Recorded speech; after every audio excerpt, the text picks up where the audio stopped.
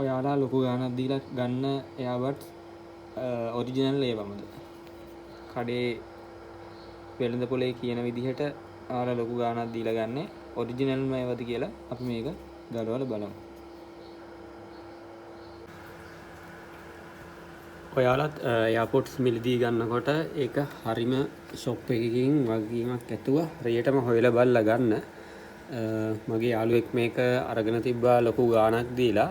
ඒක අරගෙන කීප දවසකින් වැඩ කරන්න නැතුව ගිහිල්ලා තිනවා. ඒක ගලවලා බැලුවට පස්සේ පේන්නේ මේක චයිනීස් එකක් කියලා.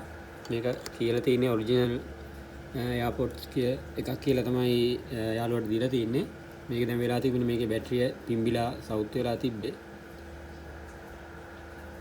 මේකට බැටරියක් චේන්ජ් කරා. බැටරිය චේන්ජ් කරාට පස්සේ මේක වැඩ.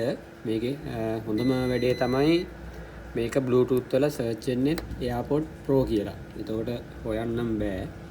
මේකේ ෆිනිෂින් එකත් ඒ විදිහටම තමයි තියෙන්නේ. මේකේ මේ ගහලා තියෙන design by Apple in California, assembled in USA. මේක හොයන්නම් බෑ. කොපිය ඒ විදිහටම ගහලා තියෙනවා මේ barcode එක මේ ඇතුලේ ගහලා. ලස්සන්ට ඒ විදිහටම තියෙනවා. හොයන්න බෑ.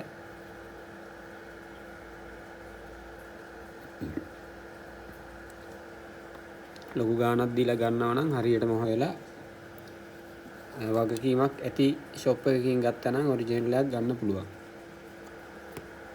මේක පිටින් බැලුවට කිසිම දෙයක්ම හොයන්න බෑ. බ්ලූටූත් වල සර්ච් වෙන්නේ AirPods Pro කියලා. එතකොට මේක තමයි දැන් තියෙන තත්ත්වය.